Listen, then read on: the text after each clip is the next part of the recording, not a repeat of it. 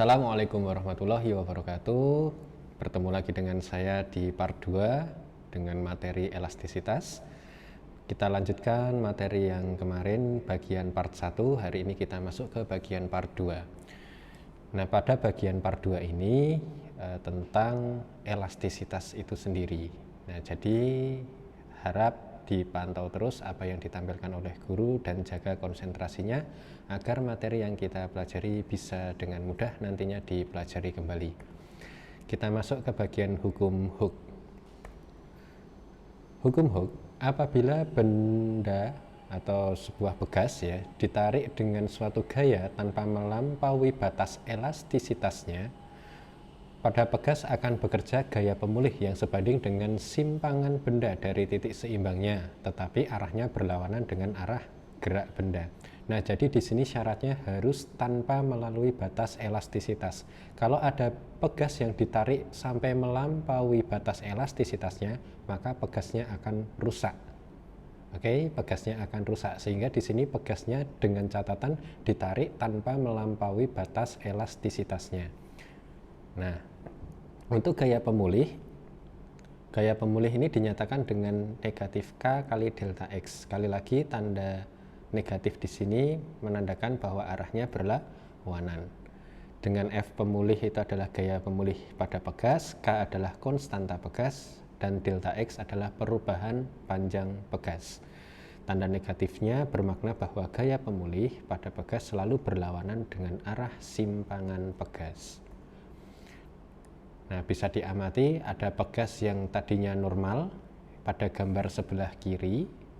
Oke, ini pada posisi normal. Ketika ditarik dengan gaya F, maka akan terjadi simpangan, akan terjadi perubahan panjang pegas yang dinyatakan dengan delta X. Sekali lagi, tanda negatifnya bermakna bahwa gaya pemulih pada pegas selalu berlawanan dengan arah simpangan pegas. Oke, selanjutnya kita masuk ke bagian contoh soal. Ada sebuah pegas memiliki panjang 25 cm saat digantung secara vertikal. Pada saat diberi beban seberat 30 Newton, ternyata pegasnya bertambah panjang menjadi 30 cm. Tentukan konstanta pegas dan panjang pegas ketika ditarik gaya sebesar 45 Newton. Nah, yang ditanyakan pertama adalah konstanta pegas terlebih dahulu. Baru selanjutnya yang ditanyakan adalah panjang pegas jika gayanya 45 Newton.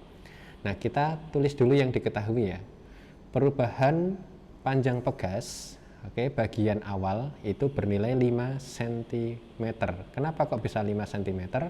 Karena awalnya 25 dan ketika ditarik panjangnya bertambah menjadi 30. Berarti dari 25 menjadi 30 itu pertambahan atau perubahannya bernilai 5. Berarti 5 cm kita jadikan ke meter, menjadi 5 kali 10 pangkat min 2. Kemudian gaya yang diberikan awalnya adalah 30 Newton.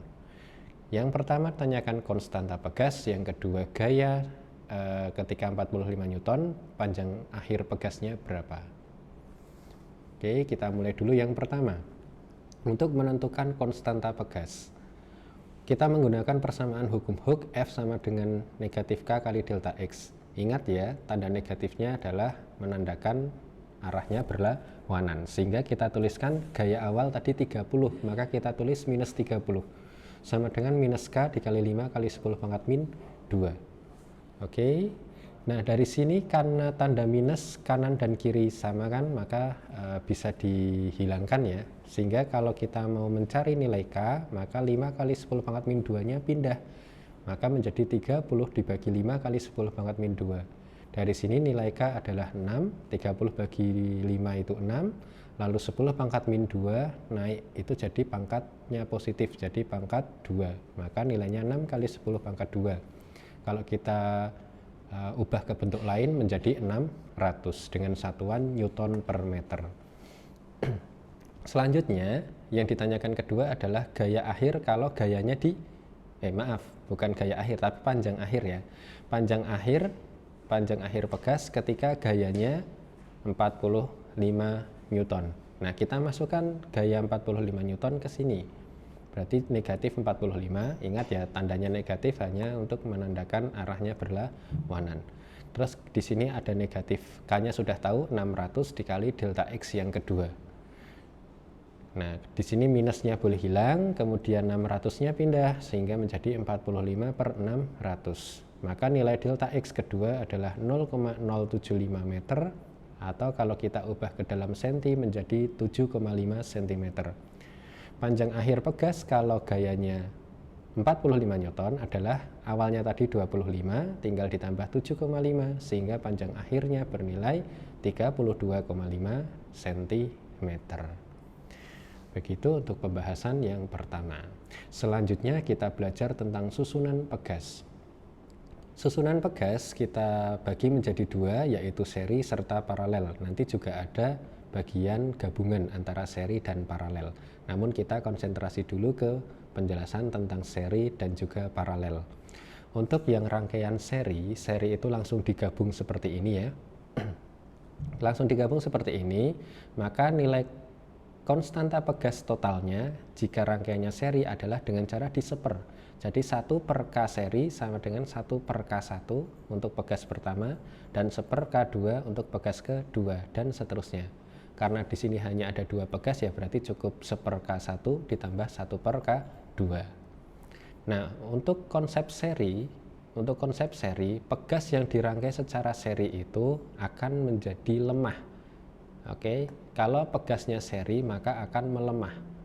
Sedangkan jika paralel, kalau paralel di sini posisinya disejajarkan ya, kanan dan kiri. Kemudian untuk mencari K totalnya atau konstanta pegas total paralel itu langsung ditambahkan antara K1 dengan K2. Nah, untuk yang paralel itu pegas gabungannya akan semakin kuat. Saya ulangi, ketika rangkaiannya seri, pegas seri, maka pegasnya melemah. Tetapi kalau pegas dirangkai secara paralel, maka gabungannya menjadi pegas yang lebih kuat. Begitu penjelasan dari seri dan juga paralel. Kita mulai dengan contoh yang pertama. Contoh soal pertama yang berhubungan dengan rangkaian seri. Di sini ada keterangan ya. Jadi ada sebuah benda digantung pada 2 pegas dengan konstanta 300 dan juga 600 Newton per meter yang disusun secara seri. Kemudian menyebabkan susunan pegasnya bertambah 5 cm. Dengan gravitasi bernilai 10, yang ditanyakan adalah massa benda yang digantung tersebut. Oke, ini ilustrasinya. Ada K1, pegas 1 dan pegas 2. Yang pertama 300 dan yang kedua adalah 600. Dengan F yang menyebabkan pegasnya bertambah panjang, yaitu berat dari beban. Berat beban itu apa? Massa dikali gravitasi. Massa gravitasi di soal adalah 10, maka nilai F-nya di sini menjadi 10M. Kita mulai dengan susunan pegas dulu.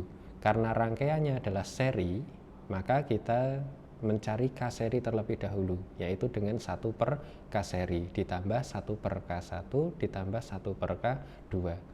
Di sini dituliskan seper 300 ditambah seper 600, samakan penyebutnya 600 angka 2 tambah 1. Sehingga 1 per K seri adalah 3 per 600. Kemudian dibalik, berarti K seri adalah 600 dibagi 3, yaitu 200 Newton per meter. Jika sudah ketemu konstanta seri, kita masukkan ke persamaan hukum Hooke. F-nya ada tanda minus ya, karena tadi konsepnya hanya untuk menunjukkan bahwa arahnya berlawanan. Kemudian di sini minus 200 untuk konstanta totalnya, lalu pertambahan panjangnya 5 cm, kita jadikan ke meter. Jadi 5 kali 10 pangkat min 2. Kita hitung hasilnya, 10-nya pindah ruas, minusnya ini sudah habis, hilang ya. Maka menjadi 200 dikali 5 kali 10 pangkat min 2 per 10. Dari sini hasil akhir dari massa adalah 1 kg. Maka jawaban akhir untuk soal pertama adalah 1 kg. Begitu pembahasan untuk soal yang pertama. Kemudian untuk soal kedua. Untuk soal kedua dengan soal yang sama, hanya susunannya saja yang berbeda.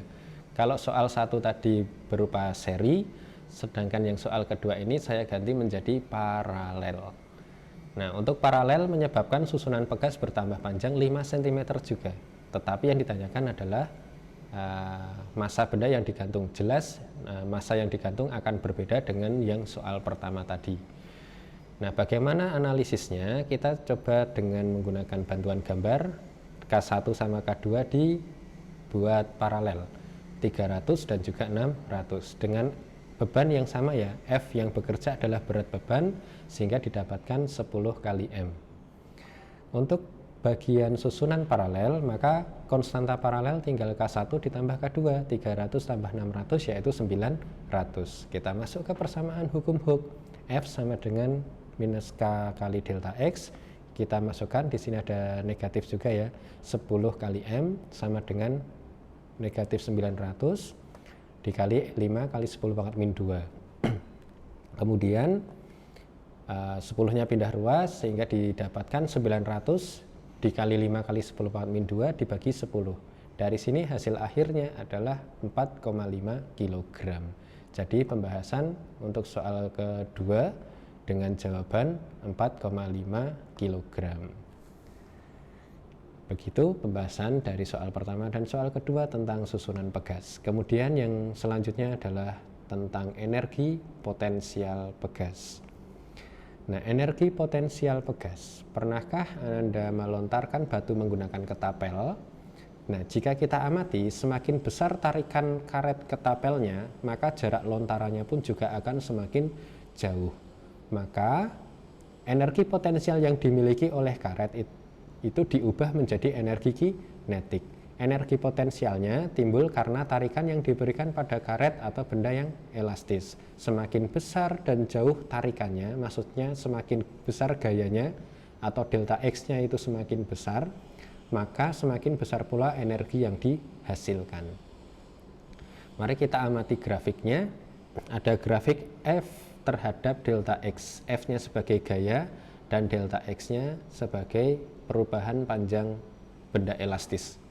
Bisa pegas ataupun yang karet. Baik, untuk grafik ya, menunjukkan bahwa daerah yang diarsir merupakan usaha atau energi yang dilakukan untuk menarik pegas atau besarnya energi potensial pegas untuk kembali ke bentuk semula.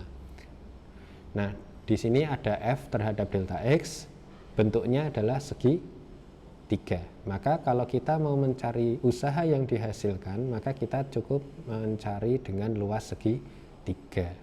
Begitu. Atau kalau dengan menggunakan persamaan, kita akan menemukan persamaan setengah, setengah atau 1/2 dikali K dikali delta X. Jangan lupa ada kuadratnya. Begitu penjelasan untuk energi potensial. Mari kita masuk ke bagian contoh soal 3 tentang energi potensial pegas.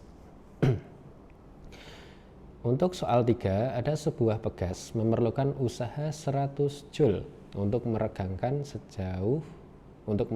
pegasnya sejauh 5 cm. Jadi 100 Joule. 100 Joule itu untuk 5 cm. Nah, jika pegas tersebut meregang 2 cm, berarti energinya berapa? Nah, konsep energi kita menggunakan persamaan energi pegas.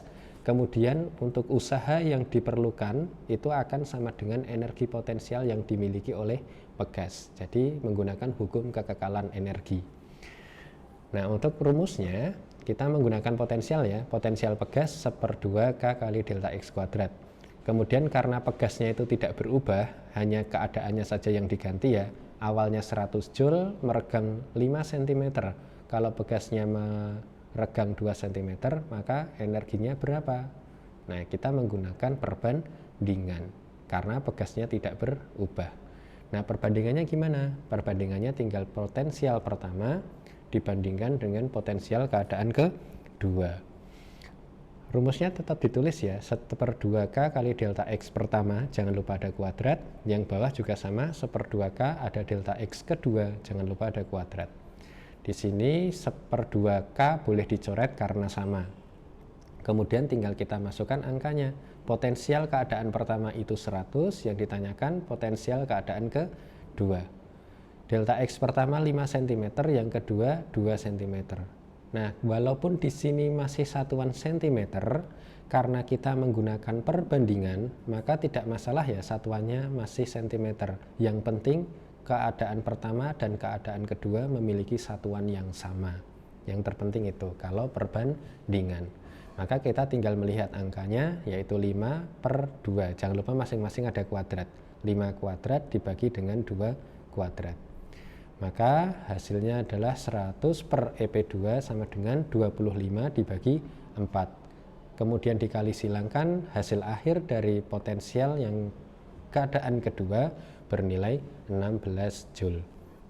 Sehingga kalau 100 Joule meregang 5 cm, kalau 16 Joule maka akan meregang sejauh 2 cm.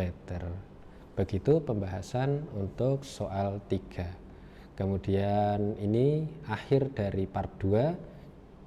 Dan saya cukupkan sampai bagian ini. Assalamualaikum warahmatullahi wabarakatuh.